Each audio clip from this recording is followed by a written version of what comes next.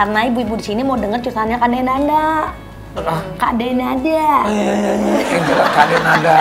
Iya, maksudnya itu. Jadi waktu itu saya pernah di suatu hari saya memutuskan kepingin sholat tobat sama Allah. Pengen sholat tobat aja pokoknya gitu. Dan pada saat saya sholat tobat sebagaimana hamba yang berdosa ya. Karena saat kita minta ampun sama Allah tuh pasti kita nangis ya. Kita nangis, saya minta ampun sama Allah. Saya minta tolong dimaafkan semua kesalahan saya, dosa-dosa saya gitu. Terus pada saat saya nangis-nangis itu tiba-tiba saya ingat ibu saya.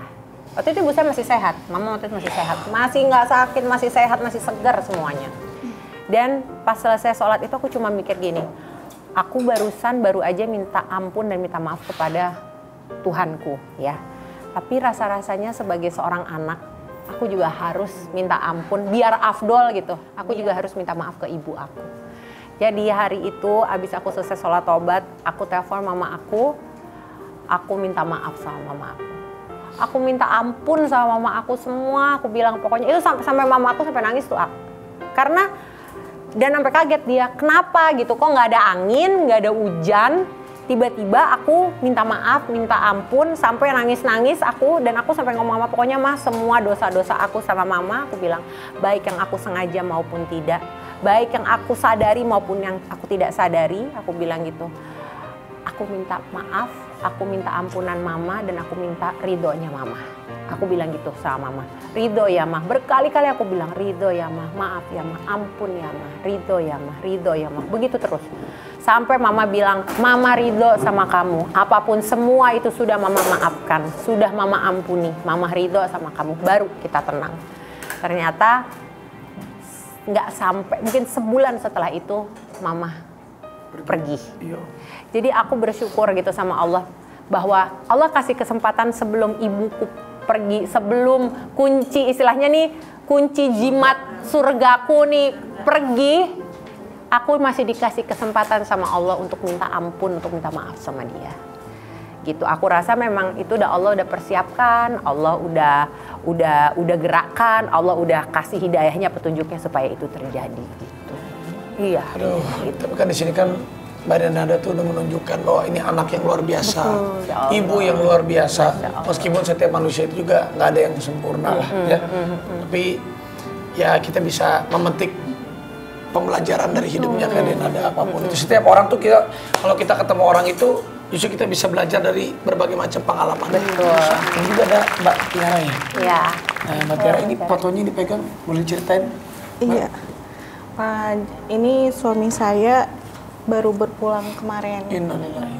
Dia sakit salah satu penyakit langka. Jadi awalnya tuh kecelakaan. Dari kecelakaan itu terkuak banyak penyakit.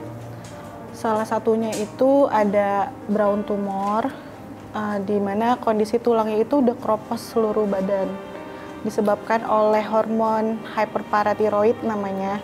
Dan hormon itu akhirnya membuat tubuh suami itu jadi menyusut sebanyak 20 cm. Selain itu juga ada komplikasi ke ginjal, ya akhirnya cuci darah 2 kali seminggu, terus ada pembekakan jantung sebanyak 56%, terus ada infeksi paru-paru. Tapi walaupun fisiknya dia berubah gitu, dia tuh masih orang yang sama gitu, dengan sikapnya yang tenang, yang sabar gitu, malah menguatkan saya sebagai istrinya untuk tetap kuat dan menerima takdir gitu. Dia sampai bilang takdir yang kita alami itu adalah yang terbaik gitu. Jadi semenjak saat itu saya nggak mau ngeluh, saya nggak mau berpikiran negatif gitu sama ketetapan takdir.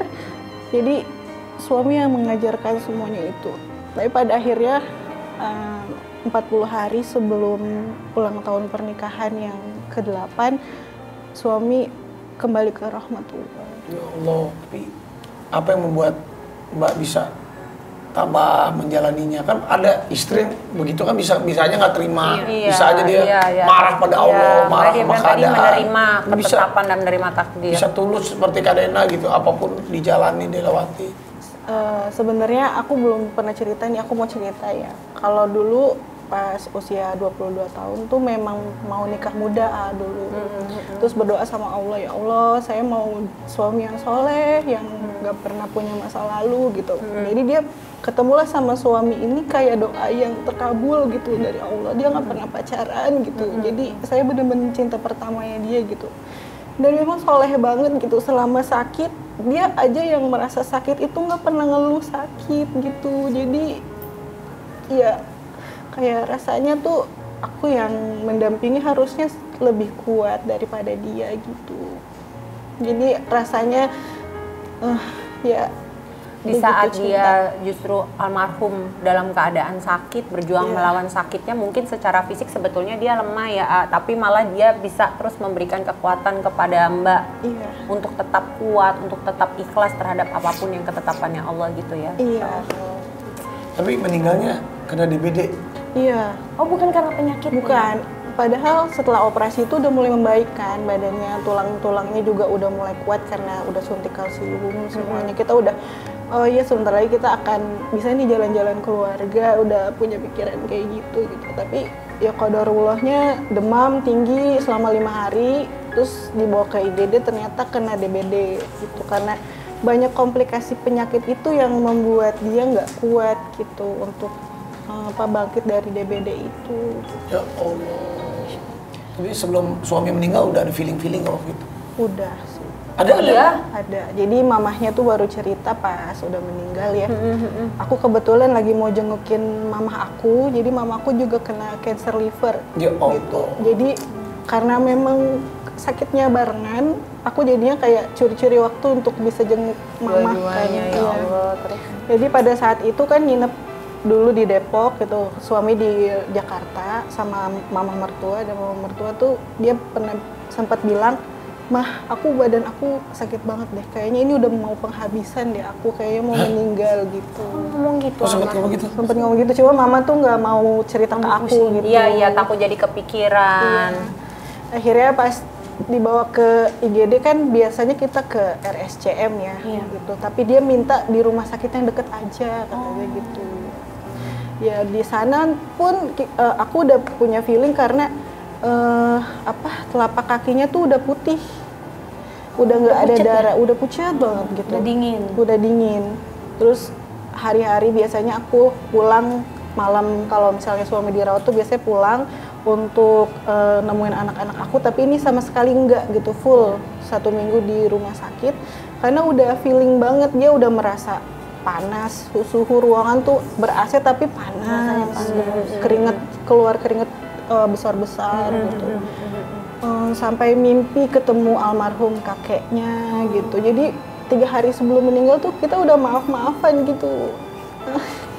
Maafin aku ya, kayaknya aku ini deh, aku takut aku meninggal gitu.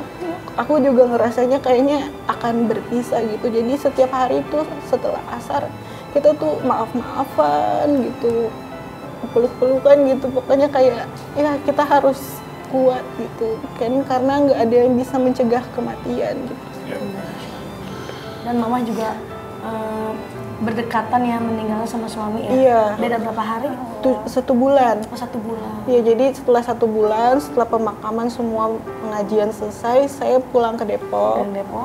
Menemuin mama tuh untungnya sempat ketemu, sempat minta maaf, "Mama, maafin aku ya Ma," gitu. Tapi mamanya udah nggak bisa ngomong, cuma gitu ngangguk-ngangguk aja gitu. Terus aku pulang, besok sorenya dikabarin sama kakak kalau mama udah meninggal. Semoga mbaknya diberi kesabaran ya. Ya itulah, mungkin buat ibu-ibu juga memang surga kita kan ada di ibu kita ya. Makanya alhamdulillah kalau yang masih ada ibunya, tapi yang sudah menjadi seorang ibu juga doa yang paling tembus ke langit kan buat anaknya adalah ibunya. Iya, betul. Apalagi alhamdulillah juga kayak Kak Dena sebelum mama pergi masih dibukakan pintu maaf, minta ampun, minta maaf. Alhamdulillah. Ya alhamdulillah. Mudah-mudahan ceritanya Kak Dena ada bisa jadi inspirasi buat semua, buat Mbak Tiara juga. Apapun kita saling mendoakan satu sama lain. Iya. Buat Papa juga sehat-sehat. Buat ibu-ibu di terima kasih sini. ya. Ini ibu-ibu dari mana? Dari Cilegon, Nak. Dari Cilegon. Jauh loh. Iya jauh. Nanti abis ini dia anterin sama apa ya? Pakai apa nganterin ya? Ya udah nonton terus FYP setiap hari. Tiap hari Senin sampai Jumat, jangan lupa jam 8:30 hanya di Trans 7. Sampai ketemu lagi. Sampai jumpa. FYP FYP ketok pintu. Sok Sore. sok sok. Kasih.